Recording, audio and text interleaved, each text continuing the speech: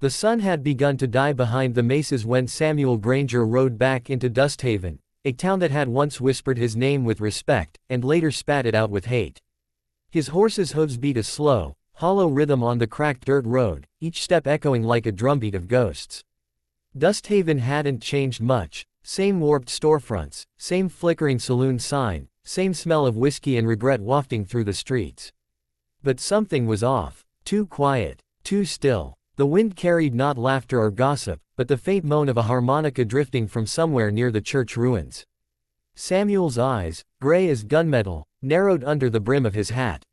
He'd buried too many memories under this sky. The cottonwood tree at the edge of town loomed like a gallows pole against the bleeding sunset. That was where they'd hung his brother. And where Samuel had sworn revenge. He tied his horse outside the saloon, dust trailing from his coat as he pushed through the doors. Inside, conversation stopped. Men looked up from their cards, the piano player's fingers froze mid-tune. "Evening, boys," Samuel drawled, his voice low, even. He walked to the bar, every eye tracking him like a snake's tongue tasting the air. The barkeep, a thick-set man with a scarred jaw, swallowed hard before sliding him a glass. "Didn't think we'd see you again, Granger." Samuel took a slow sip, his eyes locked on the mirror behind the bar where faces stared back, some shocked, some afraid, one smirking in the corner. That smirk belonged to Clay Barlow, the sheriff now, the same man who'd watched Samuel's brother hang without lifting a finger. "Guess life's full of surprises," Samuel murmured. He turned, letting the glass rest on the counter. "I came back for the truth." A heavy silence filled the room, broken only by the creak of a floorboard and the whisper of the wind outside. Clay Barlow rose from his seat slowly, his spurs clicking on the wooden floor. "The truth died with your brother, Sam.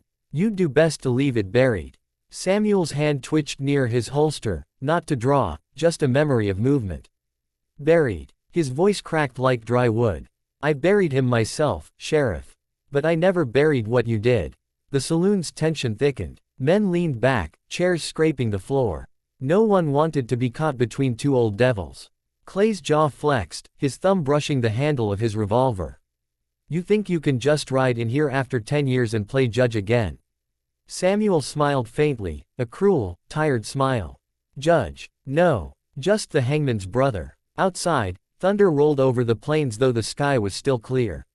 The air turned electric, heavy with the promise of violence. Samuel stepped closer until they were face to face, inches apart.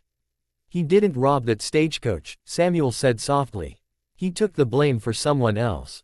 You know who." Clay's eyes flickered, and for the first time, Samuel saw it, the guilt, small but real. "You're chasing ghosts," Clay said. "Ain't no ghosts left here but yours." But Samuel knew better. He'd followed the trail of lies all the way from the border, men whispering about gold shipments, forged warrants, and a name that always came back to Dusthaven. He reached into his coat, pulled out a folded wanted poster, and slapped it on the bar. The paper fluttered in the wind from the open door. It bore a face, Clay's deputy, Luke Corbin. The same man who'd sworn under oath that Samuel's brother was guilty. "Tell me, Sheriff," Samuel said, voice cold. "You still keeping company with thieves, or just covering for them?" The door banged open before Clay could answer. A woman stepped in, dark hair damp with rain, eyes the color of dusk. She froze at the sight of Samuel. "You shouldn't have come back," she whispered. "They'll kill you." Samuel turned, something old flickering in his chest. "Maybe they already did," he said. "I've been dead since the day they hung him." Her name was Evelyn Hart, the widow of Luke Corbin, the deputy who'd vanished a month after the hanging. She had once been Samuel's love, years before Dusthaven had turned to rot. Now she stood before him like a ghost from another life, her face lined with sorrow but still carrying that same quiet fire. "Luke's dead," she said flatly. "And if you dig any deeper, you'll join him." Samuel's gaze softened for the first time. "Then I reckon I'll have company." Evelyn stepped closer, her voice trembling. "You think this town's asleep? It's just pretending. The men who run it, Clay, the bankers, the miners, they made a pact. Your brother took the fall because he found out." Samuel looked away, his jaw tightening. "You could have ridden me." Her eyes burned. "Ridden you? While they were watching me? While every man in this town waited for me to hang next? I survived by keeping my mouth shut." A storm brewed outside, lightning splitting the dark sky. The saloon windows rattled as wind howled through the gaps in the walls. Evelyn lowered her voice. They meet tonight, out by the cottonwood. Every year on the anniversary. They call it remembrance. But they're just making sure no one remembers too much. Samuel felt the old rage return, but beneath it was something deeper, resolve, maybe even peace. He turned toward the door, his duster flaring with the wind. Then I'll be there. Evelyn caught his arm, eyes wide. You'll die, Sam. He looked back at her, a faint smile tugging at the corner of his lips. Darlin', I already told you, I've been dead a long time. He tipped his hat and stepped into the storm, the thunder swallowing him whole. Behind him, Evelyn whispered a prayer, not for his safety, but for his soul. The storm was raging by the time Samuel reached the edge of town. Rain cut through the night like shards of glass, pelting the dry earth that hadn't seen water in months. Lightning flashed across the plains, turning the cottonwood tree into a silhouette of twisted branches clawing at the heavens. Beneath it stood 6 figures in oilskin coats, their hats pulled low, their lanterns burning weak and nervous in the wind. Samuel recognized 2 of them instantly, Sheriff Clay Barlow and old Judge Weller, the man who'd sentenced his brother to hang. The others were faces from his past, men he'd once worked alongside, shared whiskey with, trusted. Now they were shadows in a circle of deceit. The rain washed the dust from their boots, but it couldn't wash the blood that had soaked into the roots of that tree 10 years ago. Samuel's boots sank into the mud as he approached. Each step echoed between thunderclaps like a verdict being read aloud. You came after all, Clay said, his voice barely carrying over the wind. Didn't think you'd have the stomach for ghosts.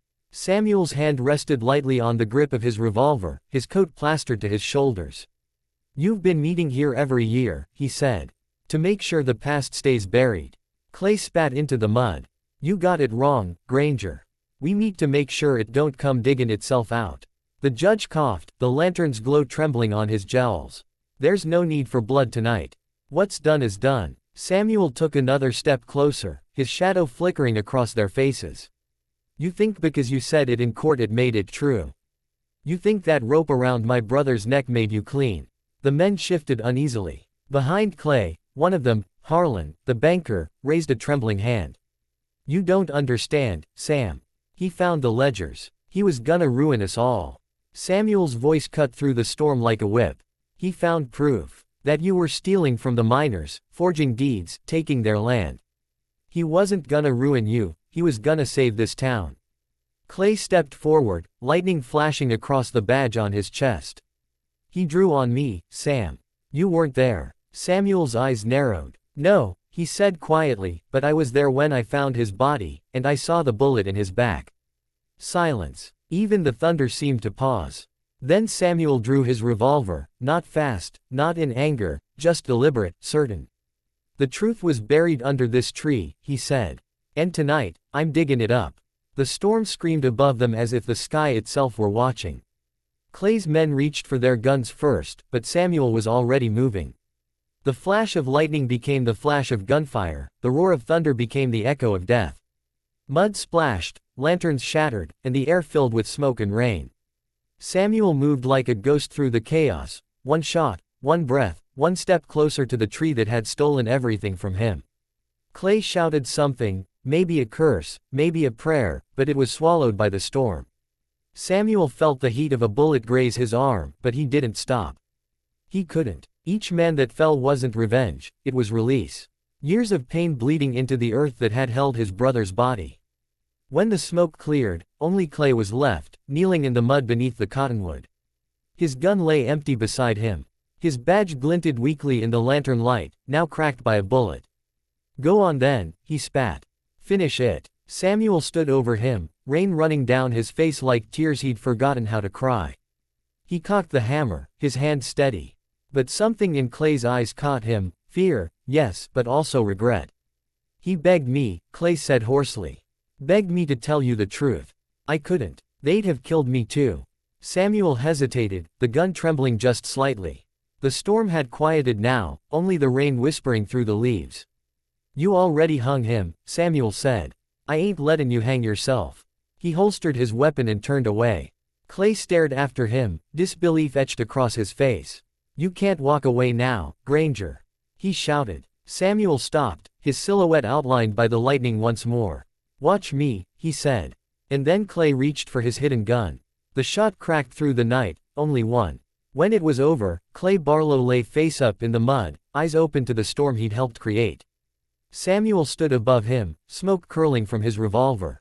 He looked up at the cottonwood, its branches swaying, and for the first time in 10 years, the wind carried a sound that wasn't sorrow, it was peace. By dawn, the storm had passed. Dusthaven was quiet again, but not the same. Samuel rode out of town slowly, his horse kicking up steam from the rain-wet ground. The sun was just rising, bleeding gold through the fog. Behind him, the cottonwood tree stood tall, its leaves glistening like tears in the new light. He didn't look back. Some graves don't need flowers, just truth. As he disappeared over the ridge, Evelyn stood by the edge of the street, watching the trail fade. She knew he wouldn't come back. Some men are born to carry guilt, others to bury it. Samuel Granger had done both. The legend of Dusthaven would change that day, not of a murderer's brother, but of a man who faced the storm and found peace in its heart.